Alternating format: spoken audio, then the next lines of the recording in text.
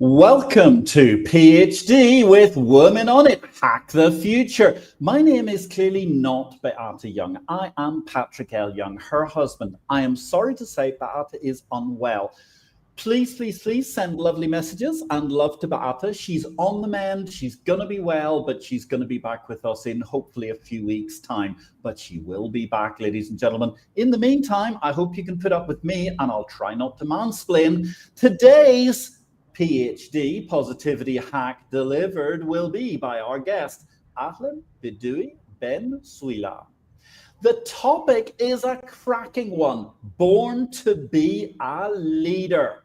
And let me remind you, ladies and gentlemen, this is a grassroots community that focuses on women on it, an inclusive forum of women in technology, startups, and female leaders who are supported by men, such as me, as well. And I truly bring heart to that hustle as much as my wife, because empathy is my mojo too, and empathy is critical to you if you want to be born to be a leader. We're going to come back to the topic in a minute. First of all, we've got some fantastic tags and mentions today. Ufonobasi Umo is a software engineer, and congratulations, Ufonobasi Umo, for being the 2024 Rising Star awardee by Scotland Women in Technology. We wish you great continued success, and as somebody with a little Scottish pedigree in my bloodline myself, I'm delighted to see women in technology doing so well in sunny, bonny Scotland. Kate Murray, congratulations and cheers to you, Kate Murray. You received, or Kat Murray, you received the People's Choice Award at Witwa. What is Witwa, I hear you saying? Well, Kat Murray is the Chief Revenue Officer. She's been awarded by Women in Technology in Western Australia. I'm going to use my masculine intuition and say you probably had a lovely shindig in the beautiful city of Perth, one of my favorite cities on earth. Cheers to you, Kat Murray, for your continued impact in the women in technology in the world, way beyond Western Australia as well. And finally today, congratulations to Claire Chua. She's the winner of the Inspiring Women in Science Award for 2024. Her research on melioidosis is transforming global health. Gosh, that's so exciting. I'm delighted to hear, even if I don't know very, very little about melioidosis whatsoever, but good for you, Claire, and congratulations. Now, let's get back to our topic for today, born to be a leader. Ahlem Bedoui Ben Souilah was born to be a leader, and she wants you to know you were born to be a leader too. Actually, I should try and get like all, looked like the World War I poster. You are born to be a leader. So you're joining us for PhD 162. Ahlem is going to be sharing key tips and tricks to hack the future on your journey to personal and professional growth. Wherever you are, whatever you do, so long as you want to show some leadership, this show is for you, however you identify. Ahlem, welcome to PhD Positivity Hack Delivered. Where in the world are you today? Hi, thank you, Patrick. Hello, everyone who is watching the live. So I'm from the most and lovely place in the North Africa, my beloved country, Tunisia. Hi, everyone. How fantastic. And where are you in Tunisia? In Tunis itself? Yeah, it's Tunis, the capital, yeah. Fantastic. And just give us a little bit of flavor. How roughly, what's the population of Tunis? You mean the food? No, the population. How many people are in Tunis? We are about like 12 million people. Wow. That's Yeah. a good number. It's a good number. Sitting there nestling in North Africa. I think we've got your rain today because I'm in sunny, well, not so sunny actually, southern Spain today in Granada. So it's a little bit rainy, but it's lovely to see you. So tell us, I mean, how were you born to be a leader? Like it's really a tough journey. Like it wasn't really easy. Starting by like, I don't know, maybe I can say like leadership comes since we were very young, like where we are kids. So I always say like leadership really is not a title to get, like it's really a journey. So it's like a process we need to go and to build over time. I try to do this even at work or during my community also. So I see that maybe if we talk a little bit about leadership, it's really you say the word at the first introduction. It's empathy, and really by being a leader, I think empathizing um, people is the key to be really the perfect leader. It's not about having it like a title, like it's about influencing others, it's about inspiring others, it's like also about driving positive change. For me, I do believe really that anyone can be a leader, anyone, regardless of their current position, even they are working or not. Like it's for me, it's a mindset. It's not a title. Like it's a journey itself. So it's a mindset. How fantastic. A great description. So when you say it's a mindset, I mean, you mentioned this thing about born to be a leader. When you were young, did you receive a lot of encouragement that you could be a leader or you were a leader? Yes, in fact, I want to share like my name is Ahlem, and Ahlem in Arabic in English means dreams. So like since I was young, I want to say hi to my precious mom. Like she always trying to tell me like you will need to live your name, you need to achieve your name, like you need to have dreams and achieve your goals.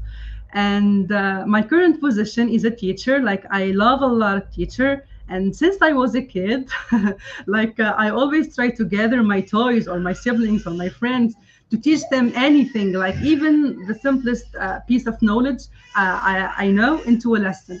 So like the feedbacks I get is like I always try to make things so easy to be understandable. So like um, I don't know, maybe the final touch, like when I see their faces light up with understanding, like, okay, I know what do you mean exactly. This thing was like when I was raised by my mom, she always told me that you need to be, I don't know, maybe to speak up for myself, to tell my opinion, to go after my dreams also.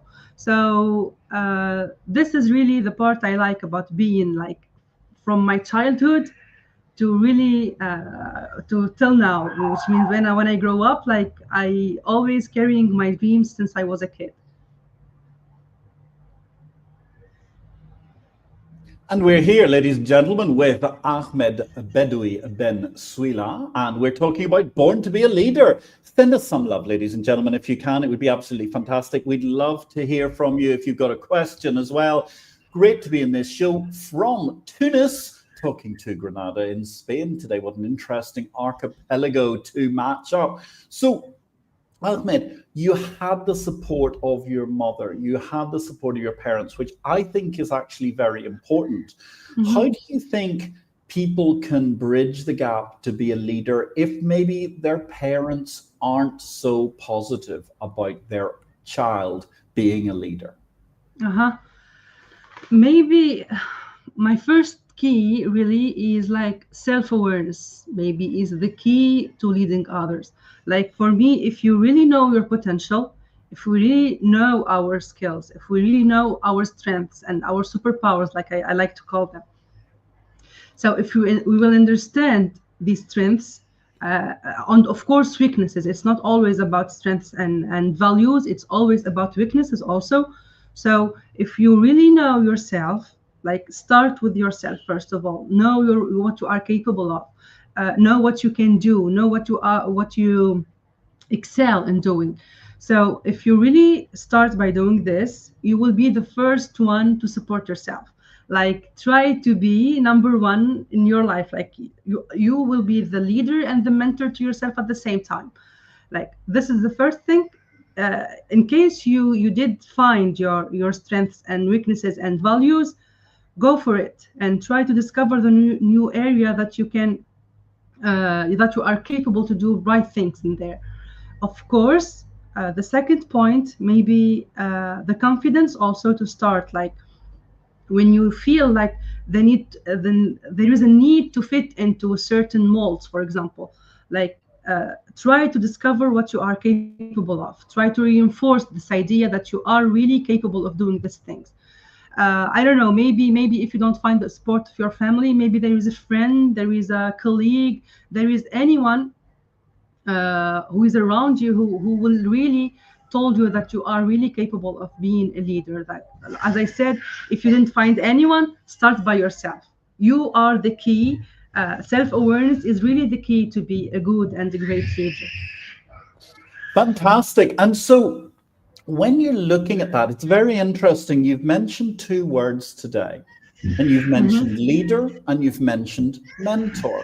And I Uh-huh. think a lot of people confuse those two words. What do you think? Exactly. Exactly, yes.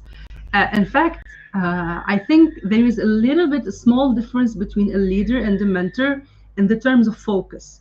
Because when you say a leader, for us, it's always like it's a primary goal is to guide a team toward achieving shared objectives. Like, for example, you have project goals, you have a company missions, you have a strategic, for example, initiatives. The leader will focus on the collective progress, for example, motivating and aligning their team to drive results or to give solutions to a project, for example. But the mentor, it will be focusing on a personal and professional development. Like it's not for a team, it will be one to one, for example. Like the goal of the mentor is to support and nurture the mentee's growth. For example, it will help them to navigate their career path, it will develop specific skills, also help them to build confidence, for example. So, like, think of it as one towards a group of people and one towards one. Very interesting advice altogether. And I think the one thing that's most important is all leaders can benefit from a mentor, but Exactly, sometimes yes. mentors need to be led. Yes, exactly. Yes, perfect. Yeah. Yeah, no, it's an important thing. But I mean, the whole thing about being a leader, you say born to be a leader, but Mm-hmm. nonetheless, while you may be born to be a leader, just at the moment when you arrive in this beautiful world and you're given, your mother gives birth to you, you may be born to be a leader, but you're not actually a leader already. It's a long journey. Yes, exactly. Yes. As I said, it's not a title. Like it's not something given. It's not a position. It's not like it's not a title. It's really a journey. Like I always say, like leadership is built over time through experiences. I don't know, through failure, through learnings.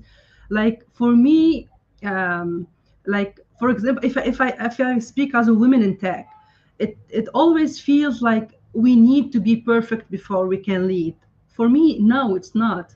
Leadership is about the growth. Like it's not about perfection. You don't need to be perfect to lead people. It's about really growth. If you have a good experience, if you have faced a lot of problems and you know how to solve these kind of problem, you are really good to be a perfect leader for your team. Yes, and that's a really interesting point. So maybe we can just segue into talking a little bit about what you do. So I believe you met Beata, if I remember correctly, at a Woman Tech Makers conference in Berlin. Is that right? Berlin, yes, yes. It was Google I/O Connect in Berlin.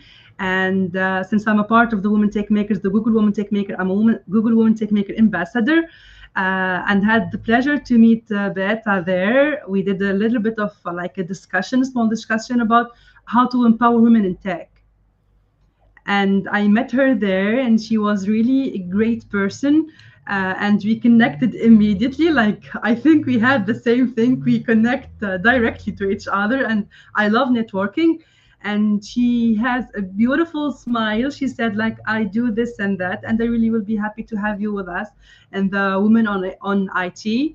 And I said, yes, why not? How It was a fantastic. perfect And occasion. Uh-huh. the only sad fact is that Bata is not here to present the show Yeah, today, but you're so illuminating us. It's wonderful, Ahlem. So, you. so tell us, what do you actually do in technology? Okay. In fact, I do have two roles. The first one, I'm an executive director of Mentors Institute. Like we are focusing on our company on delivering essential skills, consulting with solution-driven approaches, empowering teams to reach their fullest potential, for example. And also, as I said, since I was a kid, I'm a big fan of teaching.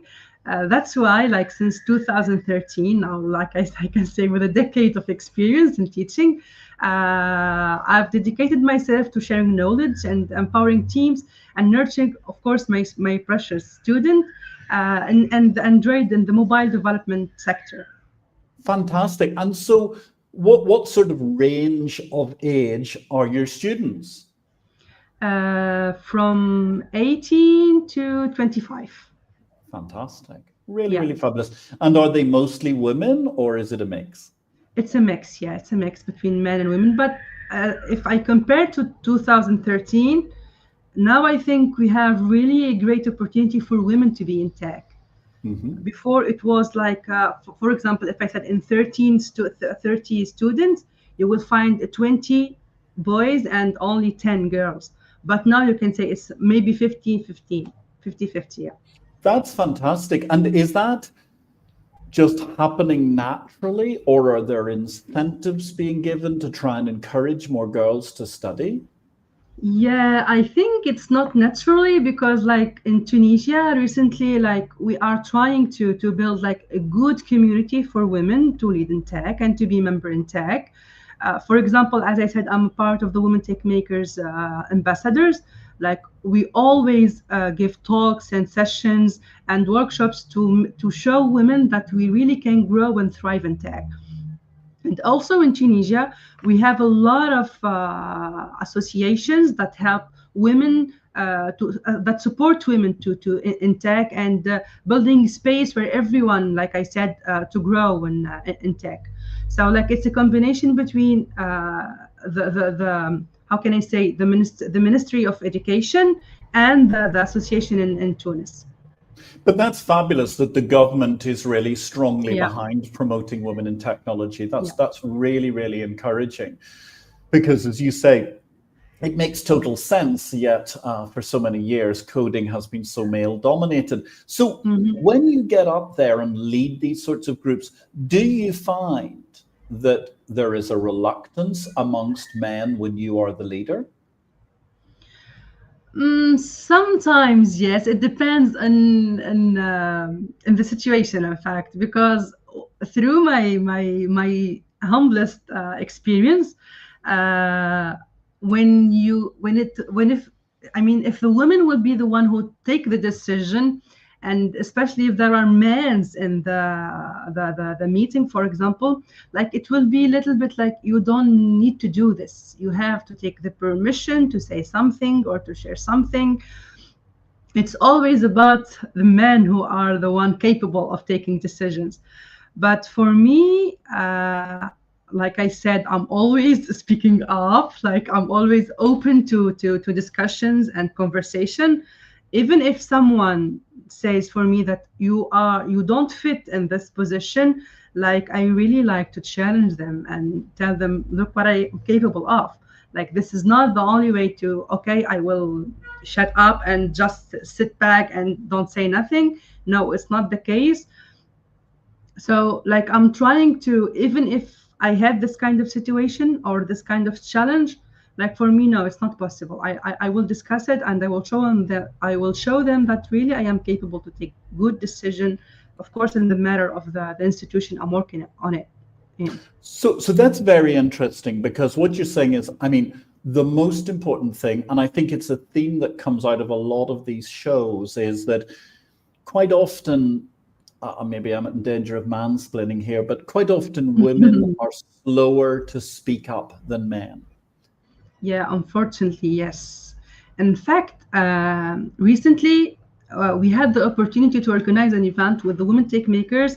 It's about like I am remarkable because this theme is dedicated to tell women that speak up for yourselves, like promote yourself. When you are talking about your achievements or your goal, you are not bragging, you are not showing off. Like this is a reality. We are capable to do this. We are remarkable because I am a woman. I am remarkable because I am super mom. I'm remarkable because I did this and I did that.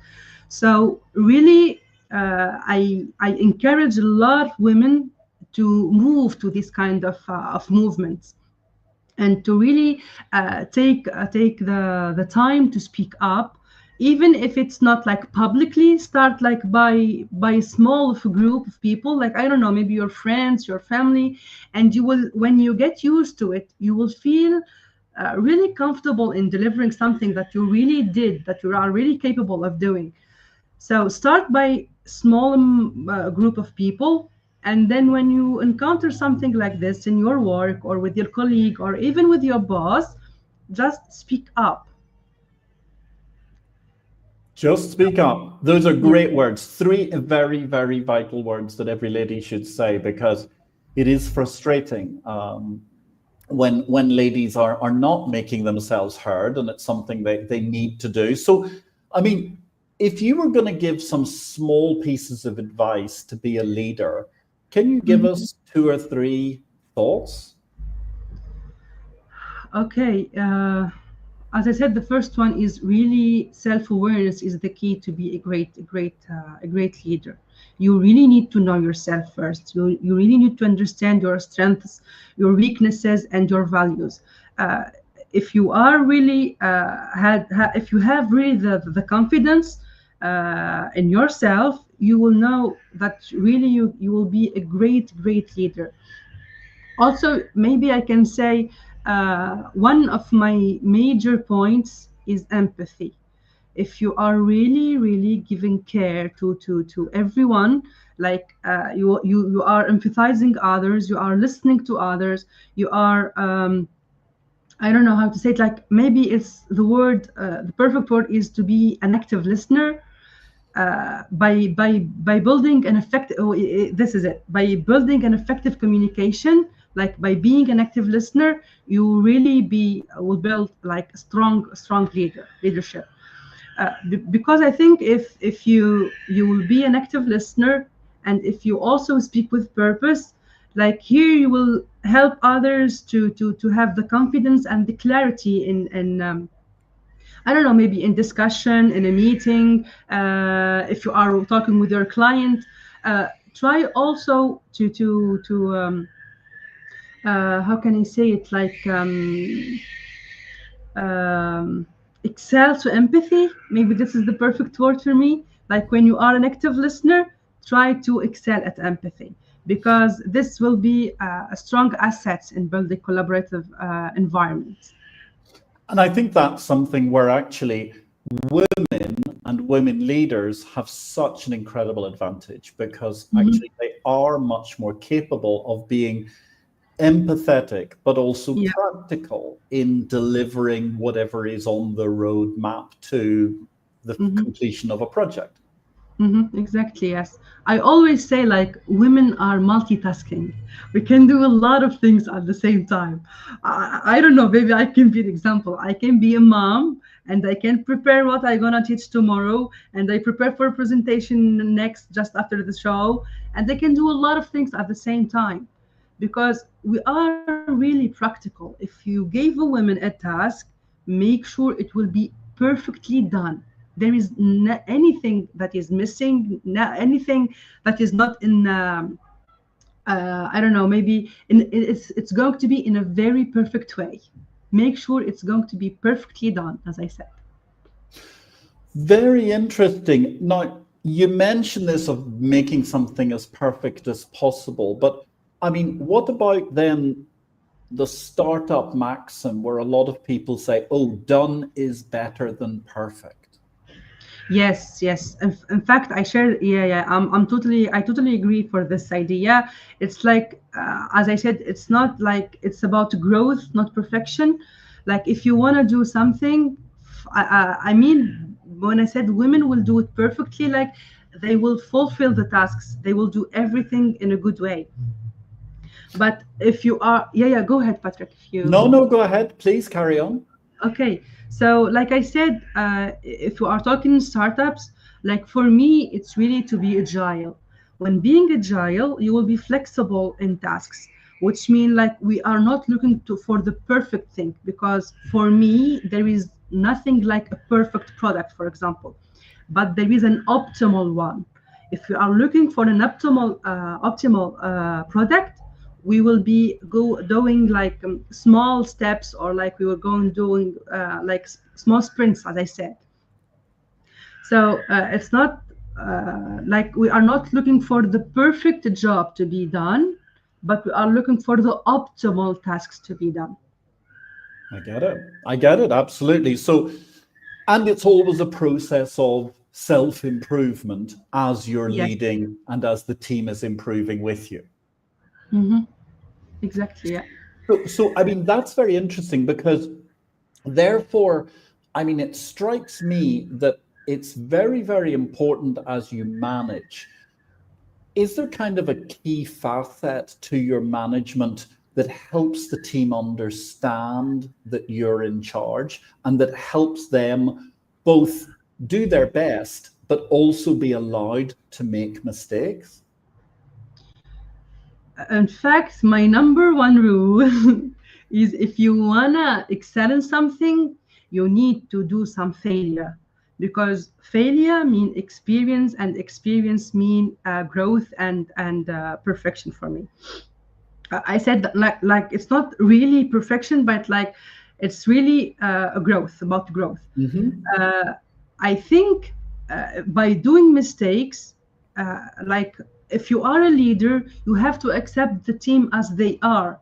Don't try to guide them like in one way. This is the way you have to do this and this and this. As I said, one of the perfect key to be the major key to be a perfect leader is the active listening.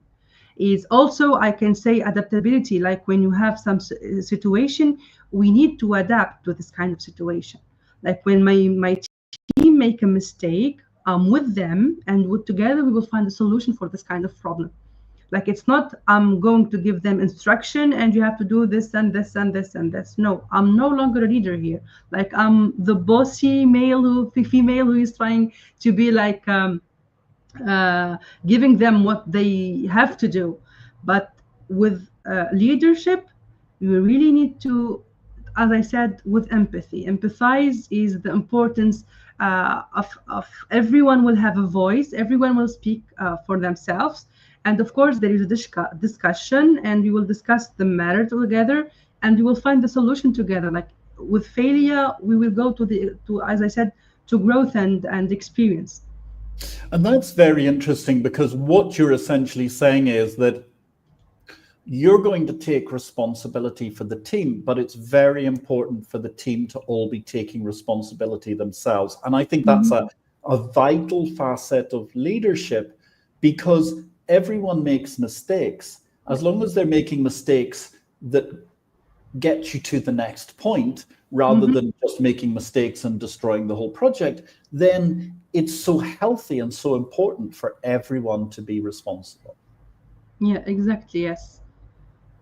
Yeah, it's a key facet, and therefore that must be very interesting because obviously all people are different. They all have their own strengths and weaknesses and values. How Hmm. do you manage to bring that out? How do you bring the best out in your team members when you're born to be a leader? Um, I think when you really want to get the best of the team, I think challenges are the best thing to get what they have inside them. Like I don't know, maybe the change. Um, we know that, for example, tech is constantly changing, it's constantly evolving. So maybe as a leader, I don't know, woman or a man uh, who really embrace change, we will keep learning. For example, if we how can I say it, it's like we need to adapt to change. Like Mhm. for example, if we gave them a lot of challenges, you will see a lot of creative idea, you will see a lot of innovative ideas, and of course we by these kind of challenges we will keep learning, and of course we will adapt quickly to this kind of change, for example. And therefore, I mean, one of the things I think that's key to your mantra is it's important to help people as a leader But your job is not there to be I think a lot of people make the mistake that leaders are somehow or other judges, which is really not a fair assertion of what is a true leader, right? Yeah, it's not the same. As I said, for me, leadership, it really empathize. The leadership is not about like having a title or about influencing with your own opinion. It's like about influencing and inspiring and driving positive change. Like anyone can be a leader, regardless of their current position, for example. But like really, it's not like to be the boss who is giving orders and who is giving this kind of things, because you will not going to work like in coherence with your team. It's going to be like I hate that pyramid kind of relationships between the co-workers. I always say that we are at the same team, we are at the same position. Like I'm here to guide you, to help you, to listen carefully to you, even if it's a personal matter.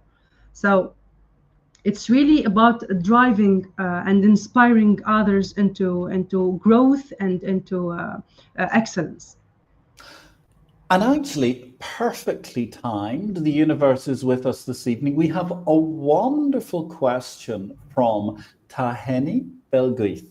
Hello, Taheni. Yes. Good evening. It's lovely to hear from you.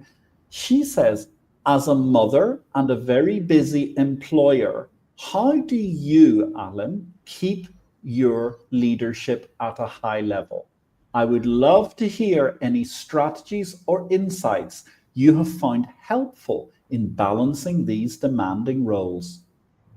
Yes. In fact, one of the major challenges I'm having and I'm facing is like work-life balance. Like really balancing my professional growth with personal responsibilities can feel like an ongoing juggling act, like especially for with two kids. So I'm trying also to take a moment for myself. Like I convinced myself that there is nothing like a perfect balance. Like there is nothing like we need to work my like between my work and my life will be really perfectly balanced. I realized that this thing it will be add more pressure rather than relief for me. That's why like I tried now I start to set some boundaries, like prioritizing myself first of all and my family. And of course, if there is something I need to learn or anything I need to improve myself in, it will be in the next and the second priorities.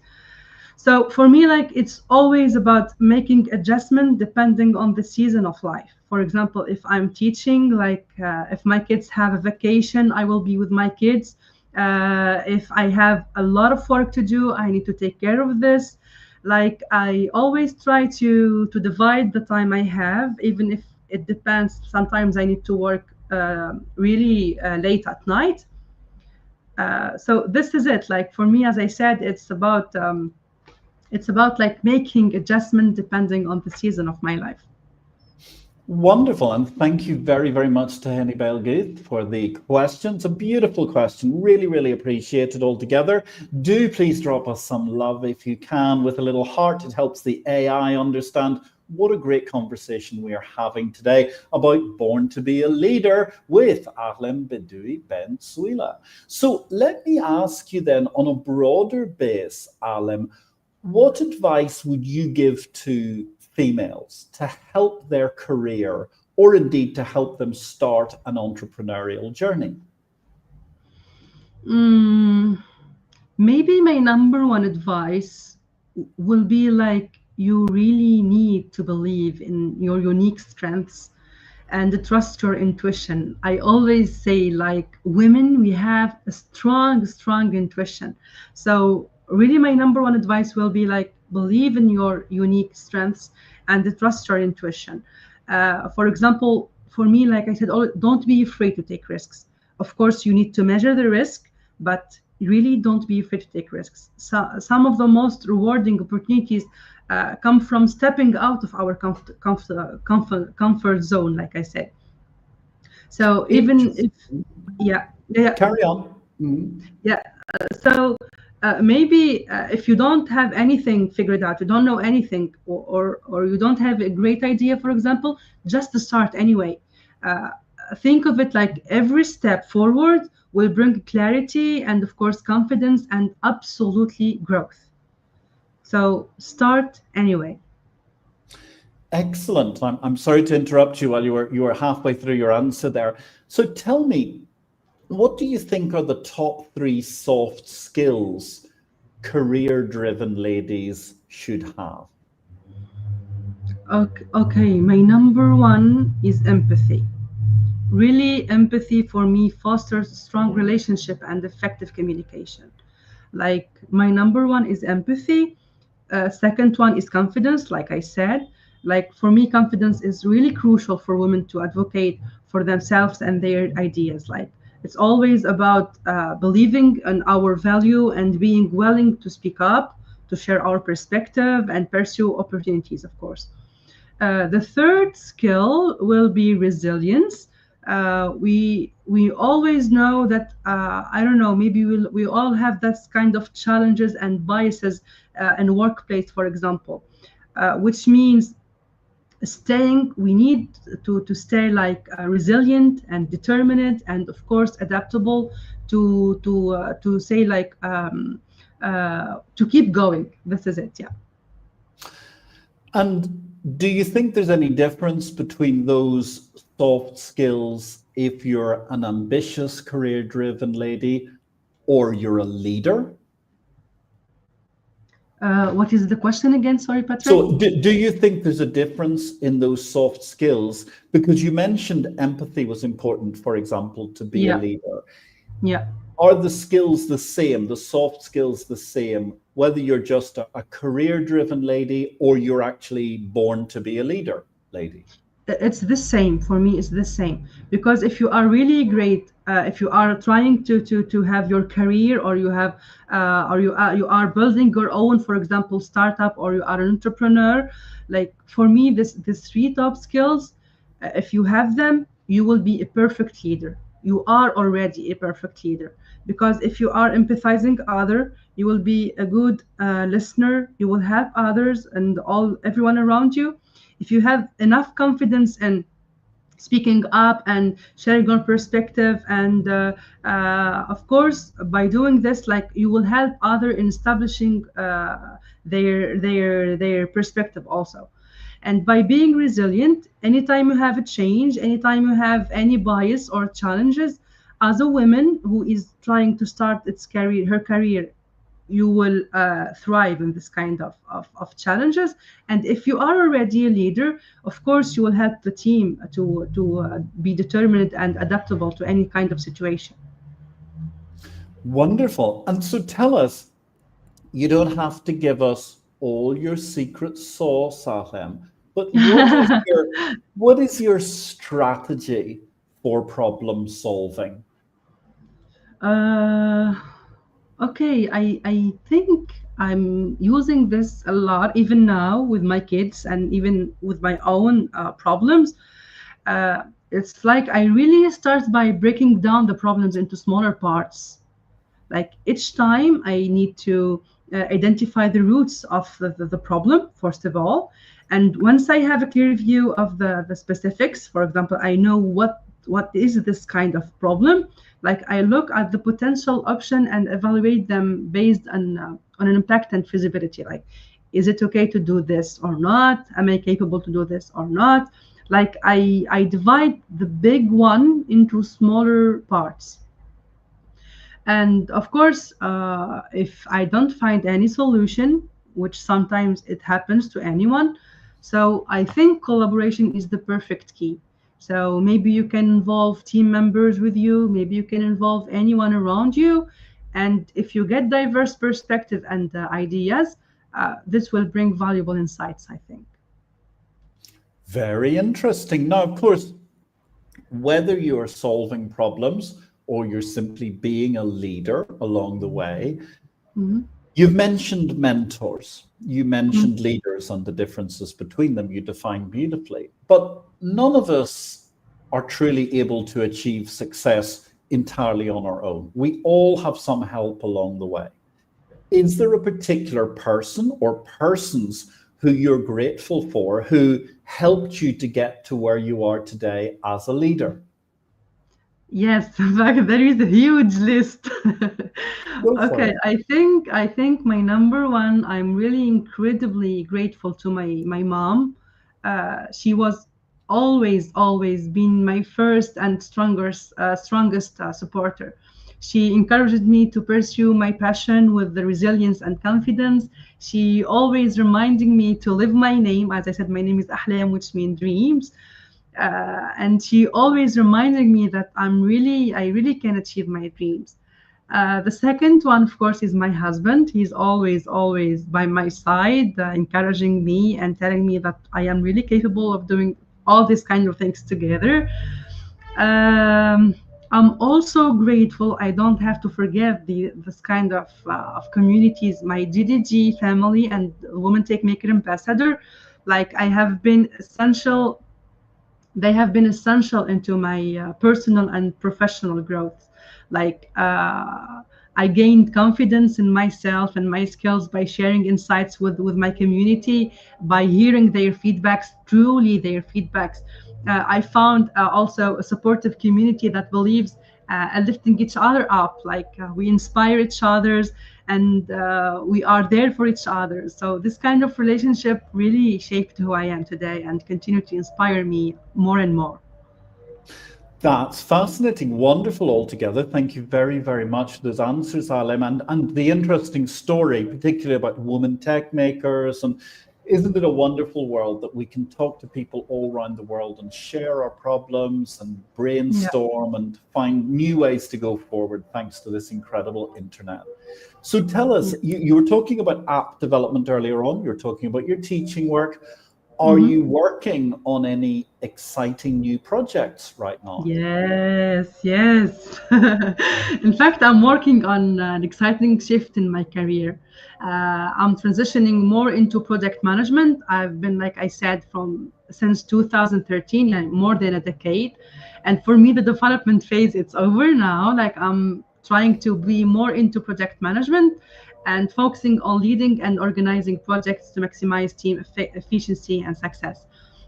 In fact, I recently earned my professional Scrum Master degree certification. Like for me, it was a fantastic milestone in building my new project into the project management skills. Fantastic, and congratulations on your Thank Scrum you. Master's degree. That's marvelous. So, someone who existed and lived and flourished before there was a Scrum Master as a concept, Eleanor Roosevelt, she Mhm. once said, "Women are like tea bags. We don't know our true strength until we are in hot water." In life, Alim, how are you in hot water? How are you brewing?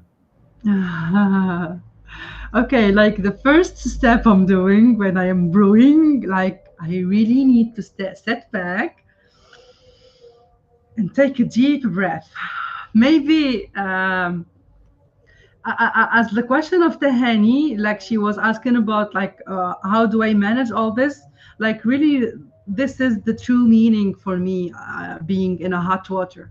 Like as I said, for me finding a sustainable work-life balance, this was for me my biggest challenge. It's always about balancing professional growth with my personal responsibility. So it's really like I said, it's very juggling for me. So maybe now, before I used to what the heck, should I do, what do I need to do, what whom I need to be with. But right now, like I really take a deep breath, I take a look what's around me, and I set, of course, like I'm a big fan of planning, of course, and strategies. Like when I'm hot water, I need also to visualize what I have, and always breathing and take it easy. And actually, you mentioned her name, Tahini Belgave, and she's back with another wonderful question. So thank you very much for that, Tahini. Thank She you. asks, with technology transforming workspaces, How do you see the role of leader evolving? What skills or strategies should leaders be focusing on to lead effectively in a digital first world? Yes, this is a good question. In fact, this is what we are doing now in Mentors Institute. We are trying to have some digital certification about how we work in a digital way. For example, this kind of interview, I want to shout out for you, Patrick, and for the whole team. You are doing a great job. Like for me, if you really want to evolve in a digital world, you need to understand the digital world first of all. You need to understand your audience. You need to understand what are the needs of the one who is watching you or hearing you.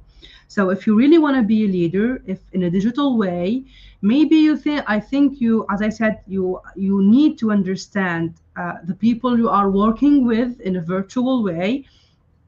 Of course, as I said, I'm a big fan of events and round tables and coffee mentor, like I call. Uh, Maybe to time to time, the leader try to involve the team to, for example, I don't know, maybe an event, maybe a network session, maybe like I like to call a coffee mentorship, like to bring them to this is what we are doing. This is, for example, what we are facing. I don't know. Maybe is this really the answer that the Hanya is looking for, or am I misunderstanding the question? She is looking for leaders to be in digital. What skills or strategies should leaders focus on to lead effectively in a digital first world? Which mean in a virtual world. This is what you Yes. mean by digital, Yes. world. Yeah, yes, as I said, it's for me, it's like engaging them in a virtual way, like by meetups, for example, or coffee talks, or events, like when they know the purpose of being in a digital way. Maybe this is the perfect thing, like for me to adapt to this kind of change in the digital world. Fabulous. Tahini, I hope those answers are good. If there's anything we've left out, feel free to ask again. We've got just about 10 minutes to go. So thank you so much, Tahini Balgate, for intervening today and giving us such beautiful questions as we discuss Born to be a Leader with Ahlem Bedoui Ben Souilah. And let me say, one of the great things about leading this show when I'm standing in for Beata, who's not well, is it is the team. And you're right to praise the team because actually, I'm just a kind of passenger today. It's beautiful. Everything is going so smoothly in the background. And I want to say thank you to Desiree and to Jamil and to Kim, all great women leaders of now and the future who are doing such a great job today. So, Ahlem, let me ask you, what's the number one book you can sit back and think, oh, I wish I had read that before I started my career? I think my number one book will be The 5 a.m. Club, Own Your Morning, Elevate Your Life by Robin Sharma. In fact, Robin Sharma is one of the top leadership expert in the world for me. If you want to judge it as a book, like for me, it's a classic book with classic characters, but really there are so many great takeaways. There are practical takeaways and plenty of successful principle to learn and practice. In fact, Robin tried to advise us, like if you really want to prepare your day and by reducing frustration and disturbance in your daily work, you need to wake up early at 5 a.m. And maybe one of my favorite parts of the books are like, there are 4 lines, like he said, today, this day, I'm strong again. Today, this day, I believe in the extraordinary again. Today, this day, I pursue my highest ambitions again. Today, this day, I'm really alive again. So this is really a perfect book to read.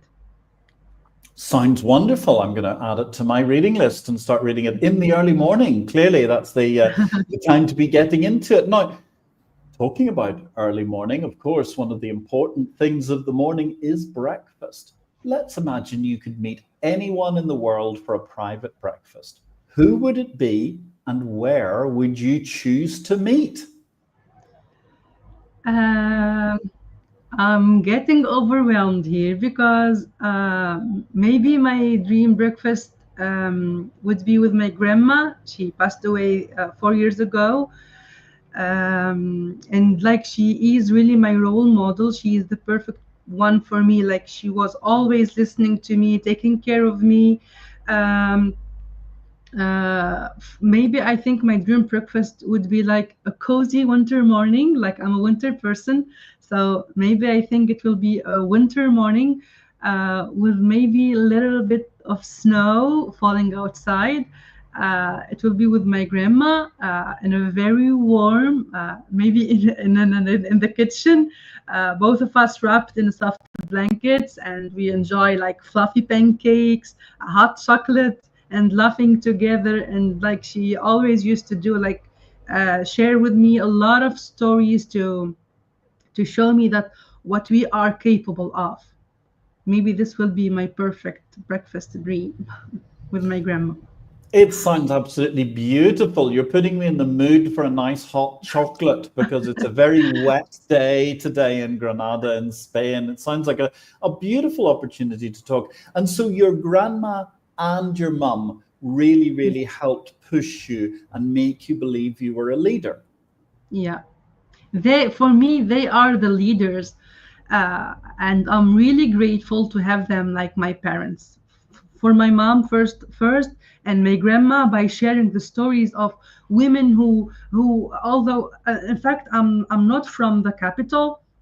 Like I'm originally from the village and in Sfax here in Tunisia, and like we were raised like women who don't need to learn, they don't need to speak, they don't need to do anything. It's all about the male.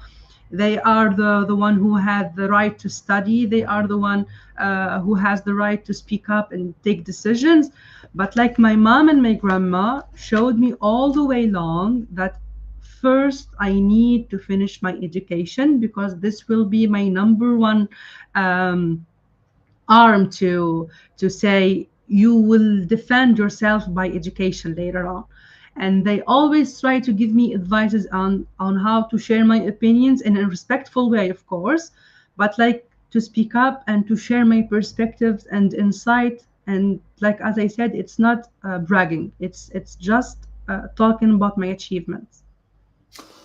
And Alim, we know you're not bragging, but lots of ladies want to talk about your achievements. And we have another great comment here from Taheni Belgrith.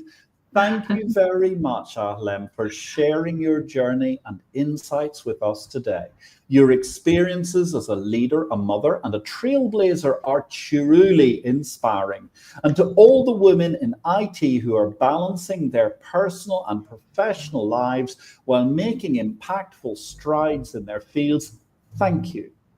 You remind us of the strength, resilience, and brilliance women bring to the world of technology and leadership. Here's to breaking barriers and supporting each other on this path to growth and success. What a beautiful message. Thank you so much Thank to you. Eddie Belgate. Thank you And so it's much, so Dad. appropriate. It's so appropriate, isn't it indeed? And Yeah. actually, I'm just rushing along here because we've suddenly got lots of comments coming in. And I want to add from LinkedIn, Ahlem, our organization, Code Girls United, teaches tech, business, and leadership to girls. What advice would you have for young ladies aged 10 to 17? Perfect. This is really a perfect question. In fact, for me, kids, they learn by applying, by playing.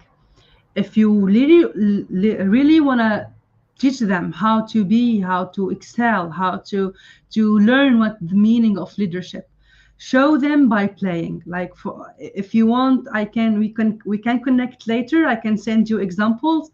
There are a lot of games and books that shares a lot of games about how to teach kids. As I said, if you really want to them to understand the meaning of leadership, to be the future leaders, to play a role model for the next generation, try to learn them by playing. Games are number one solution for you. Love it. Gamification. What a Yes. great thing and a wonderful tool. And Code Girls United, let us know how you're getting along. Let us know how the conversation goes with Ahlem. Maybe you can come and join us at some stage in PhD and talk about how you inspire these girls from 10 to 17, because that is certainly a great case of how to hack the future. Finally, let's add another comment here. We've got a great remark coming in from Jay Navarroza. Hi, Jay. It's lovely to see you. Thank you so much for your comment. Love the episode today. Thank you, Ahlem, for sharing your wisdom and very inspiring words.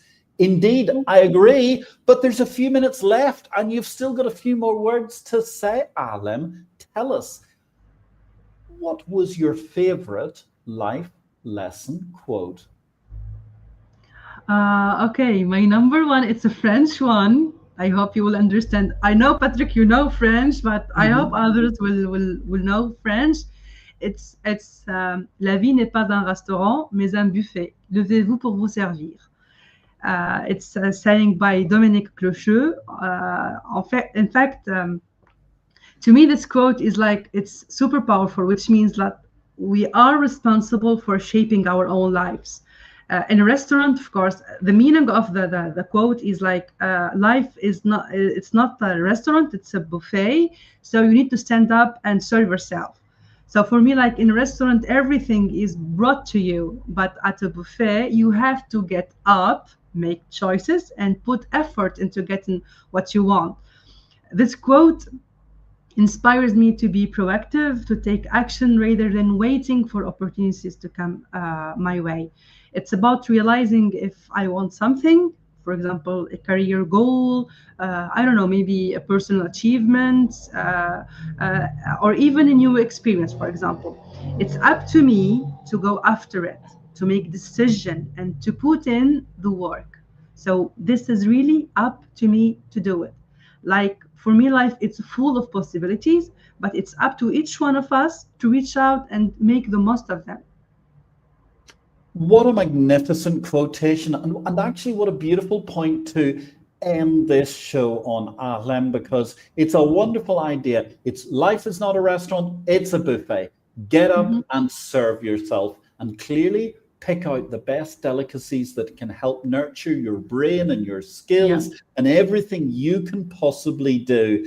And in fact, I'm reminded, the quotes of the week this week, we've got two wonderful ones. Theodore M. Hesberg, the very essence of leadership is you have to have vision. You can't blow an uncertain trumpet. And Thomas Jefferson, one of the founding fathers of the United States of America, in matters of style, swim with the current. In matters of principle, stand like a rock. Ahlem, thank you so much for sharing your insights and experiences with us today. Your work is transforming the digital landscape, but also paving the way for a better future. We're all leaving here today feeling hugely inspired. I think we're all excited about trying to get over to Tunis as fast as possible and visit the Mentors Institute and see you in action, because it's so exciting to see what you've been doing with so many different young ladies and students of pretty much all ages as you try to inspire them into being leaders. And let's face it, you've shown how you can be born to be a leader with two fantastic role models in your grandma and your mother. And that's it from 162 of the PhD live stream. Thanks to our guest, Ahlem Bedoui Ben Souilah. To stay updated and ensure you never miss a Positivity Hack delivered, follow Women on it and turn on notifications to be alerted once a video has been released. Next week, we got another fantastic guest coming for IPO Vid 163. Write What You Don't Know is the topic, and our guest is going to be the marvelously illustrative Allegra Houston. Thank you so much to those who managed to add comments and questions today. Thank you, Jane Navarosa. Thank you in particular to Henny Belgaith. It was absolutely a joy to have you ask so many questions and engage. Thank you, Marianne Smith, as well. And we're really looking forward to hearing more about your community teaching those young ladies from 10 to 17. As always, our positivity quote comes from Positive Thinking Only and goes, look for something positive in each day, even if some days you have to look a little harder. And if you don't like something, change it. If you can't change it, change your attitude, as Maya Angelou said. Today is your day to hack the future. Hack the positivity you want. Get well soon, Bata. We love you. This has been PhD number 162. We are now born to be a leader. Thank you, Ahlem Bedoui Ben Souilah. See you next week.